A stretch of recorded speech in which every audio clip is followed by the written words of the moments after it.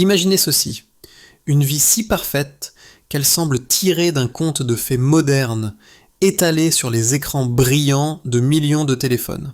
Des robes de créateurs, des voyages en jet privé, des sourires éblouissants, figés pour l'éternité sur Instagram. C'est l'univers de Viviane Dubois, une influenceuse aux millions d'abonnés, qui, ce matin-là, publiait un hommage flamboyant à sa mère adoptive, Madame Éléonore de Montaigne.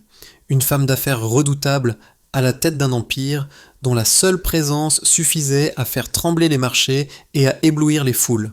Le poste, un carrousel de photos luxueuses, célébrait leur lien indéfectible, leur réussite éclatante, et une vie sans nuages où chaque instant était une ode à la perfection.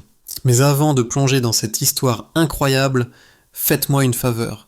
Cliquez sur le bouton j'aime et si vous êtes nouveau ici, abonnez-vous à notre famille grandissante d'amateurs d'histoire. Dites-moi en commentaire de quelle ville vous regardez cette vidéo pour que je puisse vous envoyer un salut spécial dans ma prochaine histoire.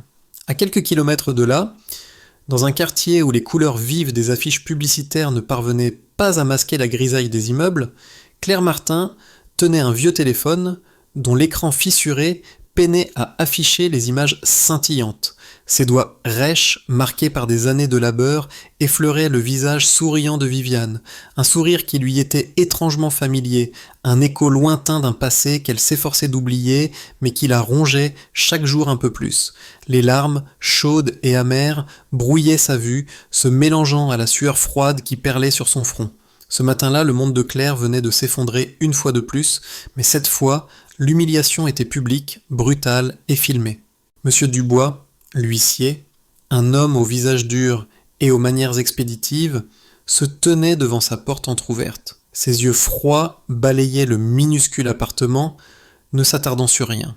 Pas même sur le petit lit où Léo, son fils de 8 ans, toussait faiblement. « Madame Martin, nous en sommes au 3e avis. Le loyer n'a pas été payé depuis 3 mois. La procédure d'expulsion est lancée. Vous avez 24 heures pour quitter les lieux. » Sa voix était monocorde, dénué de toute empathie, résonnant comme un couperet dans le silence pesant de l'appartement. Claire, le cœur battant à tout rompre, tentait de supplier, les mains jointes. « S'il vous plaît, monsieur Dubois, mon fils est malade, il a besoin de médicaments, je n'ai pas pu, je vous jure que je trouverai l'argent. » Mais l'huissier, impassible, secoua la tête. « Les excuses ne paient pas le loyer, madame Martin. » Pendant ce temps, une voisine, madame Dupont, une femme aux cheveux peroxydés et au regard inquisiteur, tenait son téléphone à bout de bras, filmant la scène avec une avidité à peine dissimulée. Les lumières de l'écran clignotaient, capturant chaque détail de l'humiliation de Claire. « Regardez-moi ça, une autre assistée qui ne paie pas ses dettes », commenta-t-elle à son téléphone, sa voix aigre-douce résonnant dans le couloir. Quelques minutes plus tard, la vidéo était déjà en ligne, sur Voisins vigilants, un groupe de quartier accompagné de commentaires acerbes sur les profiteurs et les mauvais parents. Claire sentait son visage rougir de honte, une chaleur brûlante qui n'avait rien à voir avec la fièvre de Léo. Elle était exposée, jugée et condamnée par des inconnus. Léo, réveillé par le vacarme, se traîna hors du lit, ses petits yeux fiévreux fixant sa mère. « Maman, qu'est-ce qui se passe ?» demanda-t-il d'une voix faible, sa petite main cherchant celle de Claire. La vue de son fils, si fragile, si innocent, brisa le peu de résistance qui lui restait. Elle le serra contre elle, cachant son visage dans ses cheveux, espérant que ses larmes ne le mouilleraient pas.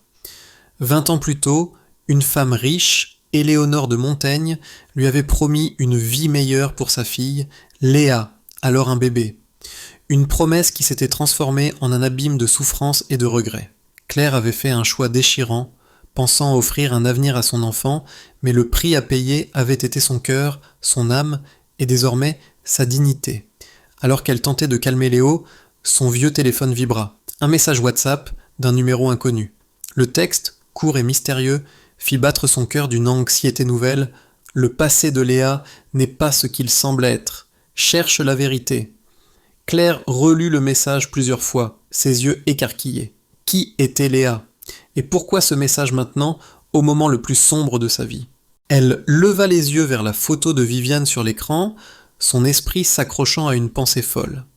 Mais ce qu'elle ignorait, c'est que ce message n'était que le premier fil d'une toile complexe, tissée de mensonges et de secrets qui allait bientôt se déchirer, révélant une vérité bien plus choquante que tout ce qu'elle aurait pu imaginer. Le message anonyme laissa Claire pétrifiée, le cœur serré dans une étreinte glaciale. Léa, ce nom, murmuré par son âme depuis 20 ans, résonnait désormais avec une urgence nouvelle, brisant le silence assourdissant de son désespoir. Qui pouvait bien lui envoyer un tel avertissement? Et comment cette personne connaissait-elle l'existence de Léa, un secret qu'elle avait enfoui si profondément? La confusion se mêlait à une lueur d'espoir fragile, une étincelle dans l'obscurité qui l'enveloppait. Mais avant même qu'elle ne puisse explorer cette piste inattendue, la réalité brutale la rattrapa. L'expulsion était imminente, et Léo, son petit Léo, toussait de plus belle, sa fièvre montant en flèche. Ses économies étaient épuisées, son compte bancaire affichant un solde dérisoire, à peine de quoi acheter une baguette de pain. Désespérée, Claire passa la nuit à chercher des solutions. Elle envoya des SMS à toutes les connaissances qu'elle avait, implorant de l'aide, mais les réponses furent rares et évasives. « Désolé Claire, je suis moi-même à découvert. Pas facile en ce moment. Essaie la banque alimentaire. Personne ne pouvait ou ne voulait l'aider. » L'image de Léo, pâle et tremblant, la hantait. Il avait besoin de médicaments, d'un vrai médecin, pas seulement de tisanes et de prières. Le lendemain matin, les hommes de l'huissier revinrent, plus nombreux, plus déterminés. Claire et Léo furent mis à la porte, leurs maigres possessions entassées sur le trottoir sous le regard curieux et impitoyable des voisins. Madame Dupont filmait à nouveau, sa voix commentant en direct sur Instagram Stories. « La voilà, la mère indigne. Enfin dehors, justice est faite. » L'humiliation était totale, brûlante, laissant Claire vide de toute force, si ce n'était celle de tenir Léo serré contre elle. Sans abri, sans le sou, Claire erra dans les rues de Paris, Léo dans les bras, enveloppé dans une vieille couverture. La ville, indifférente à leur détresse, défilait autour d'eux. Les vitrines des boutiques de luxe, les cafés animés, les rires insouciants des passants, tout semblait se moquer de leur misère. La faim tordait son estomac, mais la douleur la plus vive était celle de voir Léo souffrir. Il avait besoin de chaleur, de nourriture, de soins. Elle repensa à la promesse d'Éléonore, 20 ans plus tôt, une promesse de vie meilleure qui avait scellé le destin de Léa et le sien. Une promesse qui, aujourd'hui, résonnait comme une cruelle moquerie. Alors qu'elle passait devant une boutique d'articles de luxe, Éclat Paris, un panneau « Recherche personnelle d'entretien » attira son regard. L'enseigne était rutilante, les vitrines débordant de bijoux scintillants et de vêtements hors de prix. C'était une filiale du conglomérat d'Éléonore de Montaigne, elle le savait. La perspective de travailler pour la femme qui avait détruit sa vie lui tordait les entrailles, mais la survie de Léo primait sur toute fierté. Elle poussa la porte, le cœur lourd. La gérante, une femme aux cheveux tirés et au regard acéré, Madame Dubois, la dévisagea de haut en bas. « Vous, pour le nettoyage, vous avez l'air un peu usé. » Le ton était méprisant, l'humiliation se poursuivait. Claire, la voix tremblante, répondit « J'ai besoin de travailler, je ferai n'importe quoi. » Madame Dubois haussa un sourcil. « Très bien, le salaire est misérable, les heures longues, et la moindre faute sera sanctionnée. Compris ?» Claire hocha la tête, les larmes aux yeux.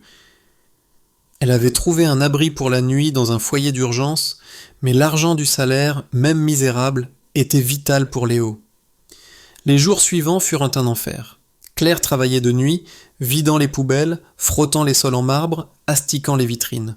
Chaque soir, elle se sentait de plus en plus invisible, un fantôme parmi les objets de luxe. Madame Dubois, la gérante, ne manquait jamais une occasion de la rabaisser. « Claire, ce miroir n'est pas parfait, refaites-le. » Ou « Vous êtes trop lente, on dirait que vous avez des balais dans les pieds. » Les autres employés, jeunes et branchés, l'ignoraient superbement, ou pire, la regardaient avec un dégoût à peine voilé. Un soir, alors qu'elle nettoyait les toilettes du personnel, elle entendit des éclats de rire. C'était Madame Dubois, au téléphone. « Oui, Éléonore, tout est sous contrôle ici. La petite vermine est à sa place, elle ne posera aucun problème. Elle est trop occupée à frotter mes sols. » Claire sentit un frisson la parcourir.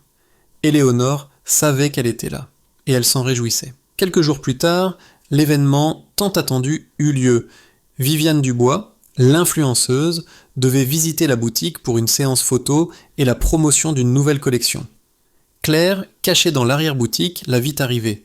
Viviane était magnifique, vêtue d'une robe scintillante, son sourire éclatant illuminant la pièce. Les flashs des photographes crépitaient, les employés se bousculaient pour la saluer. Claire la regarda, le cœur serré. C'était Léa, sa Léa. Elle avait grandi, devenue une femme éblouissante, loin de la petite fille maigre qu'elle avait été. Viviane ne la remarqua pas, perdue dans le tourbillon de la gloire. Mais un instant, leurs regards se croisèrent, juste une fraction de seconde.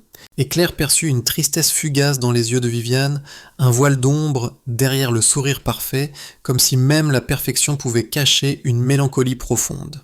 Plus tard dans la nuit, alors qu'elle nettoyait le bureau de Madame Dubois, Claire trouva un document glissé sous un tapis. C'était une vieille facture datant de 20 ans d'un cabinet d'avocats réputé. Le montant était astronomique, et à côté du nom d'Éléonore de Montaigne, il y avait une note manuscrite, à peine lisible. Affaire Léa, adoption, urgence, silence. Le sang de Claire se glaça. Adoption, urgence, silence. Tous les mots qui avaient marqué le début de son cauchemar. Elle sortit son téléphone, ses mains tremblantes, et photographia la facture, zoomant sur la note. Mais ce n'était pas tout. En rangeant un tiroir oublié, elle découvrit une petite boîte en bois. À l'intérieur, parmi de vieilles babioles, se trouvait une photo déchirée. Une Éléonore jeune, souriante, tenant un bébé dans ses bras, et dans un coin déchiré, à peine visible, un fragment de visage, un visage familier, le sien. La photo était si abîmée, si fragmentée, mais Claire n'eut aucun doute. C'était elle, Claire et Léa, avant qu'Éléonore ne les sépare. Cette découverte était le début d'une vérité qu'elle ne soupçonnait pas encore. La facture d'avocat et la photo déchirée furent un électrochoc pour Claire. Léa, adoption, silence. Ces mots résonnaient dans son dans son esprit, déverrouillant des souvenirs douloureux, des fragments de vérité qu'elle avait cru enfouis à jamais. Elle tenait entre ses mains les premières pièces d'un puzzle macabre, des indices qui reliaient son passé brisé à la vie opulente de Viviane et à la cruauté d'Éléonore. La tristesse qu'elle avait perçue dans les yeux de Viviane lors de leur bref croisement prenait soudain un sens nouveau. Léa n'était pas seulement une victime des circonstances, elle était peut-être aussi une victime du silence et des mensonges. La faim, la fatigue, l'humiliation, tout s'effaça devant une rage froide, une détermination inébranlable. Claire ne voulait plus seulement survivre, elle voulait la vérité, pour Léo, pour Léa, pour elle-même. Les jours suivants, Claire se transforma en une ombre silencieuse, observant, écoutant, enregistrant. Son vieux téléphone, bien que fissuré, devint son arme secrète. Elle le cachait dans la poche de son uniforme, le mode enregistrement activé dès qu'elle sentait une conversation suspecte.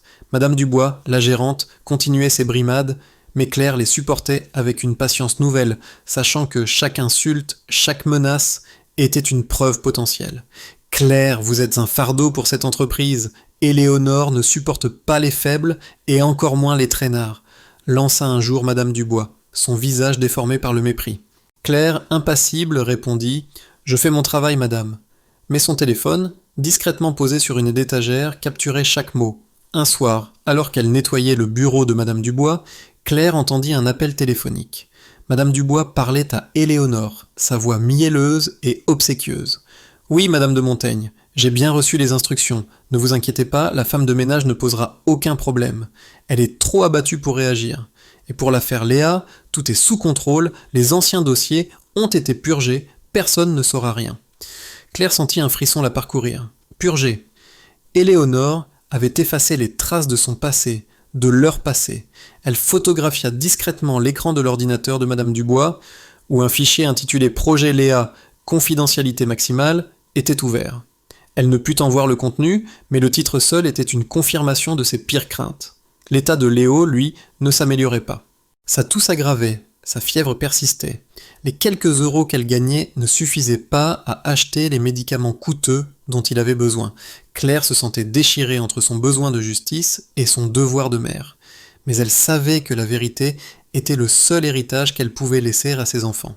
Un jour, en fouillant dans un vieux placard de la boutique, Elle découvrit une boîte poussiéreuse contenant des archives.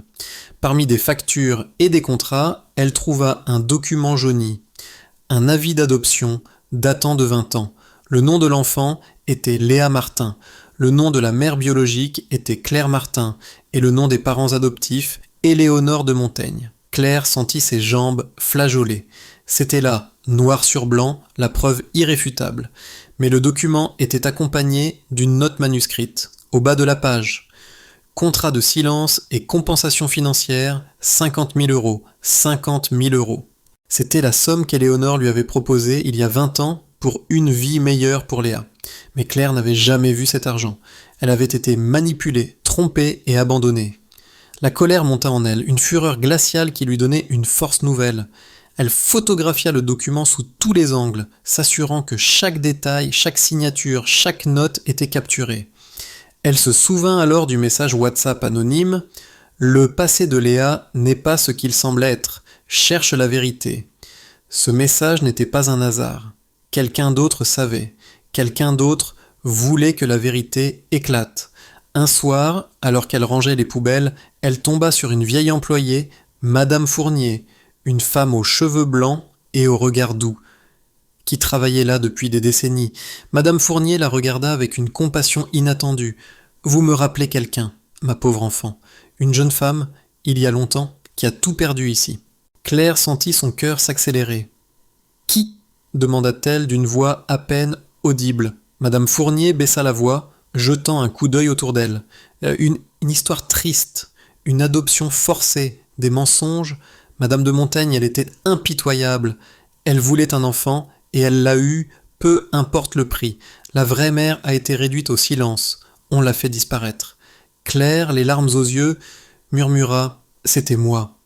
Madame Fournier la regarda, les yeux écarquillés, puis tendit la main et lui donna un petit médaillon ancien, gravé d'un L délicat. « Tenez, il appartenait à la vraie mère de la petite. Elle l'avait oublié ici, le jour où ils l'ont emmenée. » Claire ouvrit le médaillon. À l'intérieur, une minuscule photo fanée d'elle-même, jeune, tenant un bébé souriant. Léa. Le médaillon était la pièce manquante, le lien tangible avec son passé volé. Madame Fournier ajouta « Je me souviens aussi d'un avocat, Maître Leclerc. Il était impliqué dans l'affaire. Un homme honnête, je crois. Il n'aimait pas les méthodes d'Éléonore. Claire avait maintenant des preuves. La facture d'avocat, le document d'adoption, l'enregistrement des paroles de Madame Dubois, le médaillon et le nom d'un avocat. La rage et le désespoir se transformèrent en une détermination froide. Elle n'était plus une victime, elle était une guerrière. Le moment de la vérité approchait. Le médaillon serré dans sa main était un talisman, une promesse silencieuse de justice. Le nom de Maître Leclerc résonnait dans l'esprit de Claire comme une bouée de sauvetage. Elle avait désormais une direction, un but, mais la route serait longue et semée d'embûches. Léo, dans le foyer d'urgence, toussait toujours, sa petite silhouette fragile se recroquevillant sous la couverture. Chaque jour, sans médicaments, sans soins appropriés, était un risque. Claire savait qu'elle devait agir vite, mais avec prudence. Les jours qui suivirent furent un tourbillon de labeur et d'investigations clandestines. Claire utilisait chaque pause, chaque moment de solitude pour contacter Maître Leclerc. Après plusieurs tentatives infructueuses, elle réussit enfin à le joindre. L'avocat, une voix grave et posée au téléphone, se montra d'abord sceptique. « Madame Martin, l'affaire dont vous parlez est très ancienne, et les adoptions sont généralement irréversibles. Mais lorsque Claire mentionna Éléonore de Montaigne et le contrat de silence, une lueur d'intérêt perça dans la voix de l'avocat. Madame de Montaigne, c'est une femme puissante, et je me souviens vaguement d'une affaire où ses méthodes étaient discutables. Venez me voir avec tous les documents que vous avez. » Claire se sentait revivre. Elle avait un allié, une voix pour la justice. Elle continua de collecter des preuves avec une méticulosité nouvelle. Elle utilisait son téléphone pour photographier des extraits de relevés bancaires d'Éléonore trouvés par hasard dans une poubelle de bureau montrant des virements importants vers un compte offshore juste après l'adoption de Léa. Elle enregistra une conversation où Madame Dubois se vantait d'avoir nettoyé les archives pour Éléonore, effaçant toute trace de l'existence de Claire.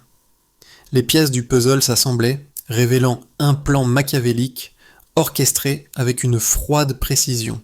Pendant ce temps, Éléonore de Montaigne, inconsciente de la tempête qui se préparait, savourait son triomphe. Elle préparait un grand gala de charité, un événement mondain destiné à célébrer les 20 ans de sa fondation pour les enfants défavorisés. Une ironie amère qui n'échappait pas à Claire. Viviane, l'influenceuse, était la figure de proue de l'événement, son visage souriant ornant toutes les affiches. Sur Instagram, Éléonore postait des stories où elle se montrait généreuse, entourée d'enfants souriants, tandis que des notifications bancaires s'affichaient sur l'écran de Claire, révélant les dépenses extravagantes d'Éléonore pour le gala. Le jour du gala arriva. C'était la soirée la plus importante de l'année pour le conglomérat de Montaigne. Claire, toujours femme de ménage, fut réquisitionnée pour travailler ce soir-là, afin de s'assurer que tout soit impeccable. Éléonore voulait que sa soirée de charité soit parfaite, un symbole de sa réussite et de sa générosité. Claire, vêtue de son uniforme terne, se sentait plus invisible que jamais, mais son cœur battait d'une excitation froide. Elle avait tout prévu avec Maître Leclerc. L'avocat avait contacté des journalistes d'investigation, des personnes intègres qui cherchaient depuis longtemps à démasquer les pratiques douteuses d'Éléonore. Alors qu'elle nettoyait les toilettes des invités, Claire entendit la voix d'Éléonore, forte et claire, résonnant dans le hall. Éléonore était en pleine interview, entourée de journalistes et de caméras. 20 ans de dévouement, 20 ans à offrir un avenir à ses enfants. Ma fille, Viviane, est le plus bel exemple de ce que l'amour et l'éducation peuvent accomplir. Viviane, à ses côtés, affichait un sourire forcé, ses yeux balayant la foule avec une mélancolie que seule Claire semblait percevoir. Éléonore continua, sa voix pleine de suffisance. « J'ai toujours cru que chaque enfant méritait une chance, même ceux qui viennent de milieux défavorisés. » Claire sentit une brûlure dans sa poitrine. Défavorisée. C'était elle qu'Éléonore désignait, elle et Léa. Puis, le moment de l'humiliation ultime arriva. Éléonore, apercevant Claire dans le fond, une balayette à la main, lui fit signe. « Ah, Claire, venez ici, ma chère. » Claire, le cœur serré, s'avança. Éléonore la prit par le bras, la traînant devant les caméras, son sourire faux et condescendant. « Voici Claire, l'une de nos employées les plus dévouées. Elle nettoie nos bureaux avec une ferveur exemplaire. C'est un exemple pour tous les jeunes qui pensent que la vie leur doit tout. Le travail acharné, même dans l'ombre, est la clé du succès. » Les flashs crépitaient, les journalistes souriaient, et Claire sentit son visage rougir de honte. Elle était là, devant le monde entier, réduite à un symbole de la méritocratie d'Éléonore, une preuve vivante de sa générosité. Mais au lieu de se briser, une force nouvelle monta en elle. Elle regarda Viviane, qui la fixait avec une expression de plus en plus troublée. Dans les yeux de Viviane, Claire vit une lueur de reconnaissance, une étincelle de doute. C'était le moment. Le plan de Maître Leclerc était en marche. Les journalistes d'investigation étaient en position, leurs caméras prêtes à capter la vérité. Sur son téléphone, Claire reçut un SMS de Maître Leclerc. « Tout est prêt, c'est votre moment. » Elle serra le médaillon de Léa dans sa main, le petit L gravé réchauffant sa paume. Elle avait maintenant toutes les preuves, tous les témoignages. Elle n'était plus la femme brisée d'il y a 20 ans. Elle était une mère, une guerrière, prête à se battre pour ses enfants, pour la vérité. Le masque d'Éléonore allait enfin tomber. L'humiliation publique au gala fut le coup de grâce, mais aussi le déclencheur final. Tandis qu'Éléonore se pavanait devant les caméras, utilisant Claire comme un trophée de sa fausse générosité, Claire sentait une force froide et implacable monter en elle. Elle n'était plus la victime. Elle était l'architecte de la chute d'Éléonore. Le regard troublé de Viviane, cette étincelle de doute dans ses yeux, était une confirmation que le plan de Maître Leclerc était le bon. La vérité, une fois révélée, serait une bombe. Après le gala, Claire rentra au foyer d'urgence. Épuisée, mais animée d'une détermination nouvelle. Elle passa la nuit à revoir toutes les preuves, chaque photo, chaque enregistrement audio, chaque document. Maître Leclerc l'avait prévenu. Éléonore de Montaigne était une adversaire redoutable, dotée de ressources illimitées et d'une influence considérable. Il fallait que le dossier soit impeccable, irréfutable, pour qu'elle ne puisse pas s'en sortir par une pirouette juridique ou une campagne de dénigrement. L'avocat avait déjà mis en place un système sécurisé de partage de fichiers en ligne. un cloud crypté où Claire téléchargeait toutes ses preuves. Il avait également contacté plusieurs journalistes d'investigation réputés pour leur intégrité et leur soif de vérité, des chasseurs d'Éléonore qui attendaient depuis longtemps l'occasion de démasquer la femme d'affaires. Les jours suivants furent une course contre la montre. Léo, bien que toujours faible, montrait de légers signes d'amélioration grâce aux quelques médicaments que Claire avait pu acheter avec l'aide discrète de Madame Fournier, l'ancienne employée. Cette dernière, touchée par le courage de Claire, lui avait également fourni un témoignage écrit décrivant les manipulations d'Éléonore pour faire disparaître Claire après l'adoption. Un témoignage précieux, car il venait de l'intérieur de l'Empire de Montaigne. Claire coordonnait chaque étape avec Maître Leclerc via des messages cryptés, s'assurant que chaque détail était en place. L'avocat avait préparé un dossier juridique solide, prêt à être déposé dès que le scandale éclaterait. Pendant ce temps, Éléonore, aveuglée par son arrogance, préparait sa prochaine grande manœuvre. Elle prévoyait de lancer une nouvelle campagne publicitaire mondiale pour sa fondation, avec Viviane en tête d'affiche, renforçant ainsi son image de bienfaitrice et de mère exemplaire. Elle organisait des réunions avec des investisseurs étrangers, des magnats des médias pour étendre son empire. Ses stories Instagram montraient des préparatifs fastueux, des voyages en jet privé, des rencontres avec des personnalités influentes. Elle était au sommet de sa gloire, convaincue que personne ne pourrait l'atteindre. Elle avait même envoyé un SMS à Claire, quelques jours après le gala. « J'espère que vous avez apprécié votre moment de gloire, Claire. N'oubliez jamais votre place. » Claire lut le message, un sourire froid aux lèvres.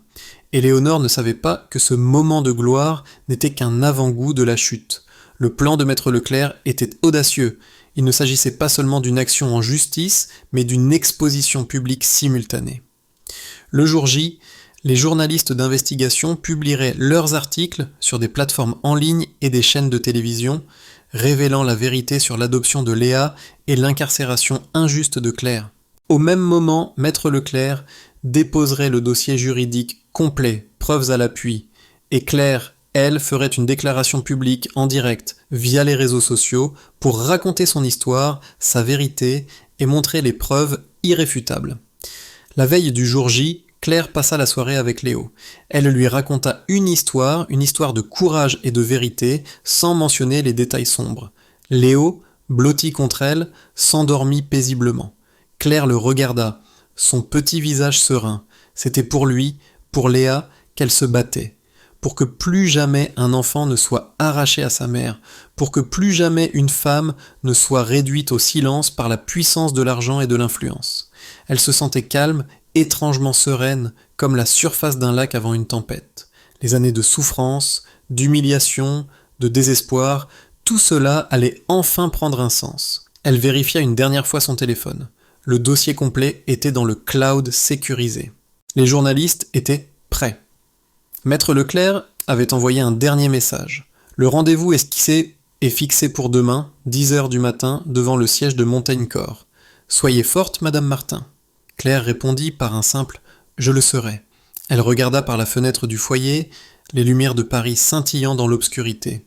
Quelque part dans cette ville, Éléonore dormait paisiblement dans son manoir luxueux, inconsciente que son empire était sur le point de s'effondrer.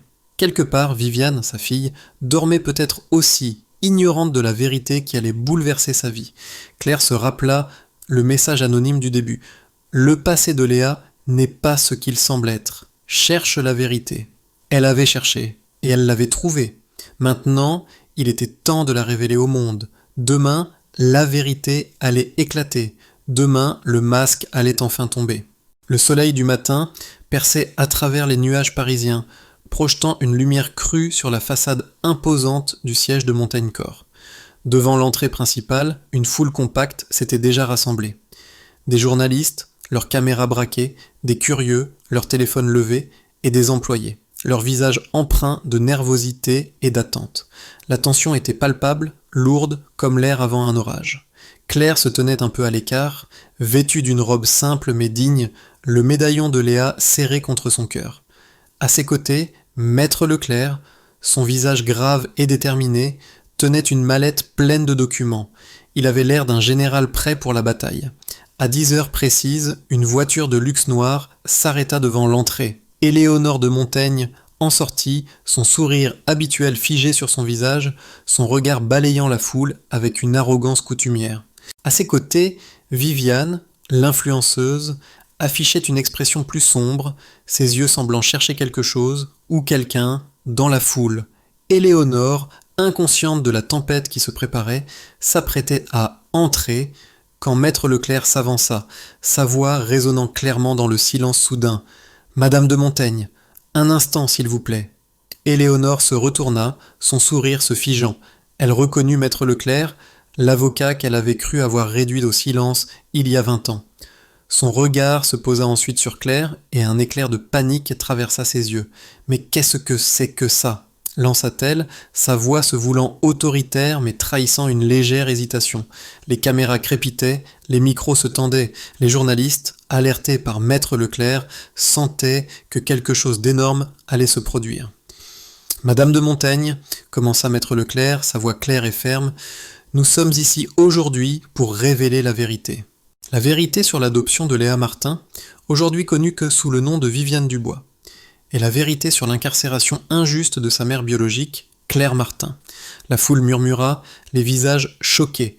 Viviane, à côté d'Éléonore, pâlit, son regard se posant sur Claire, puis sur Maître Leclerc, une lueur de compréhension et d'horreur traversant ses yeux. Éléonore, reprenant ses esprits, tenta de minimiser l'incident. « C'est absurde, cette femme est une folle, une ancienne employée rancunière. » Mais Maître Leclerc ne la laissa pas faire. « Absolument pas, Madame de Montaigne, nous avons des preuves irréfutables. » Il brandit une tablette, et sur l'écran géant installé pour l'occasion, des images apparurent. La facture d'avocat, datant de 20 ans, avec la note manuscrite « Affaire Léa, adoption, urgence, silence ». Puis, des extraits de relevés bancaires d'Éléonore montrant un virement de 50 000 € vers un compte offshore le jour même où Claire avait été contrainte de céder sa fille. La foule haletait. Éléonore, le visage blême, tenta de protester. « Ce sont des faux, une tentative de chantage. » Mais Maître Leclerc, impassible, continua. Et voici un enregistrement audio, Madame de Montaigne, un enregistrement de Madame Dubois, votre gérante, se vantant d'avoir purgé les archives pour effacer toute trace de Madame Martin. La voix de Madame Dubois résonna dans les haut-parleurs, claire et distincte. « Oui, Éléonore, tout est sous contrôle ici. La petite vermine est à sa place, elle ne posera aucun problème. Elle est trop occupée à frotter mes sols. Et pour l'affaire Léa, tout est sous contrôle, les anciens dossiers ont été purgés, personne ne saura rien. » Le choc fut palpable. Les journalistes, leurs stylos et leurs caméras en action ne perdaient pas une miette. Viviane, les larmes aux yeux, regarda Éléonore, une expression de trahison et de dégoût sur son visage. « Maman » murmura-t-elle, sa voix brisée. Éléonore, prise au piège, ne savait plus quoi dire. Son masque de bienfaitrice s'effritait sous le poids des épreuves. Puis, Claire s'avança. Sa voix, douce mais ferme, résonna dans le silence. « Il y a 20 ans, j'étais une jeune mère désespérée. Mon mari était décédé, je n'avais pas d'argent pour nourrir ma fille, Léa. Madame de Montaigne m'a approché, me promettant une vie meilleure pour mon enfant. Elle m'a dit qu'elle l'aimerait, qu'elle prendrait soin d'elle. » Claire marqua une pause, les larmes coulant sur ses joues, mais ses yeux restaient fixés sur Éléonore. « Mais elle m'a menti, elle n'a jamais payé les 50 000 € promis. Et quand j'ai essayé de récupérer ma fille, elle m'a fait accuser à tort de vol et m'a fait envoyer en prison. Pendant 20 ans, j'ai été séparé de ma fille, sans savoir si elle était heureuse, si elle pensait à moi. » La foule était sous le choc. Les commentaires en ligne explosaient, des hashtags comme « Justice pour Claire » et « Vérité de Montaigne » inondant les réseaux sociaux. Viviane, les larmes coulant librement sur son visage, s'avança vers Claire. Elle tendit la main, tenant le médaillon que Claire lui avait donné. « Maman, » dit-elle, sa voix tremblante, « tu as toujours été mon innocent sauveur. » Elle se tourna vers la foule. « J'ai toujours ressenti un vide, une absence. J'ai mené ma propre enquête. J'ai trouvé ce médaillon, cette photo. Et j'ai découvert les mensonges de ma mère adoptive. » Elle regarda Éléonore, son regard rempli d'une douleur profonde. « Tu m'as volé ma mère, tu nous as menti à toutes les deux. » Éléonore, le visage décomposé, tenta de s'enfuir, Mais les gardes de sécurité, alertés par Maître Leclerc, l'interceptèrent. Son empire s'effondrait sous ses yeux. Les journalistes se précipitaient sur elle, leurs questions fusant comme des balles. Madame Dubois, la gérante, fut également arrêtée, les images de son complot diffusées en boucle.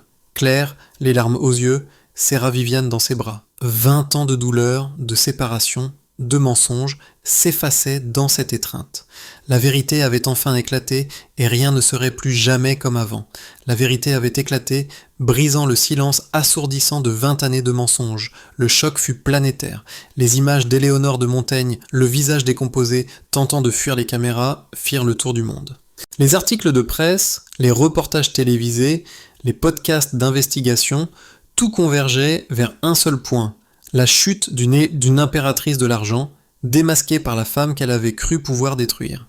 Les conséquences pour Éléonore furent dévastatrices. L'enquête judiciaire, menée par Maître Leclerc et les autorités, révéla l'étendue de sa fraude, de ses manipulations et de ses pratiques illégales. Elle fut accusée de coercition, de fausse incarcération, de falsification de documents et de détournement de fonds. Son empire financier, bâti sur le mensonge et l'exploitation, s'effondra comme un château de cartes. Les investisseurs se retirèrent, les partenaires commerciaux rompirent leurs contrats et sa fondation, autrefois symbole de sa générosité, fut dissoute. Éléonore de Montaigne, autrefois vénérée, devint un paria, son nom synonyme de trahison et de cruauté. Elle fut condamnée à une lourde peine de prison, perdant tout ce qu'elle avait amassé, y compris sa réputation et l'estime de ceux qui l'avaient autrefois admirée. Madame Dubois, sa complice, fut également jugée et condamnée, son rôle dans le complot étant clairement établi par les preuves irréfutables de Claire. Pour Claire, le chemin fut long, mais la récompense inestimable. La justice lui rendit non seulement son honneur, mais aussi son identité. Le tribunal reconnut officiellement son statut de mère biologique de Léa, et une compensation financière substantielle lui fut accordée pour les 20 années de souffrance et d'injustice.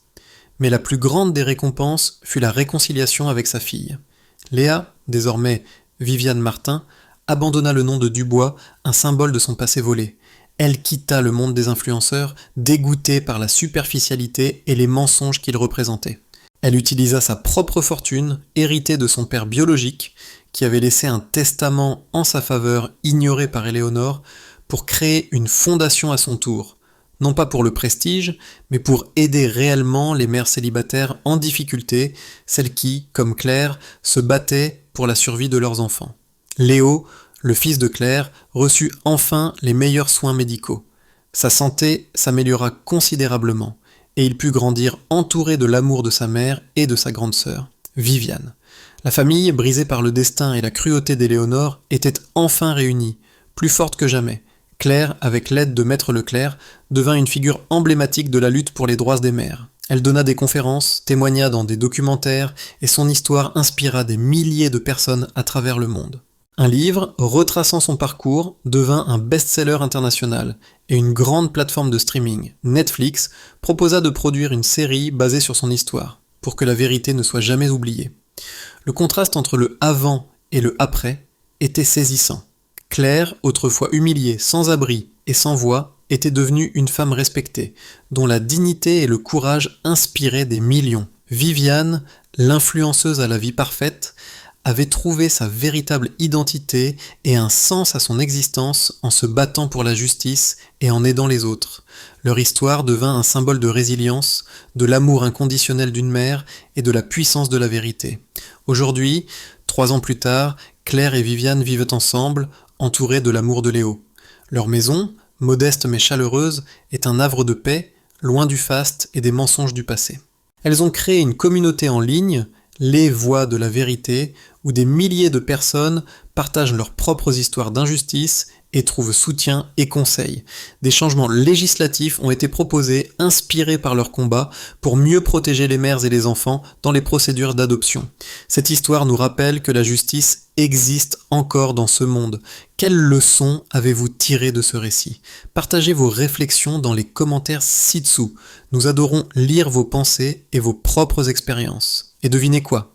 Une autre histoire bouleversante arrive dans quelques jours, encore plus dramatique et inspirante que celle-ci.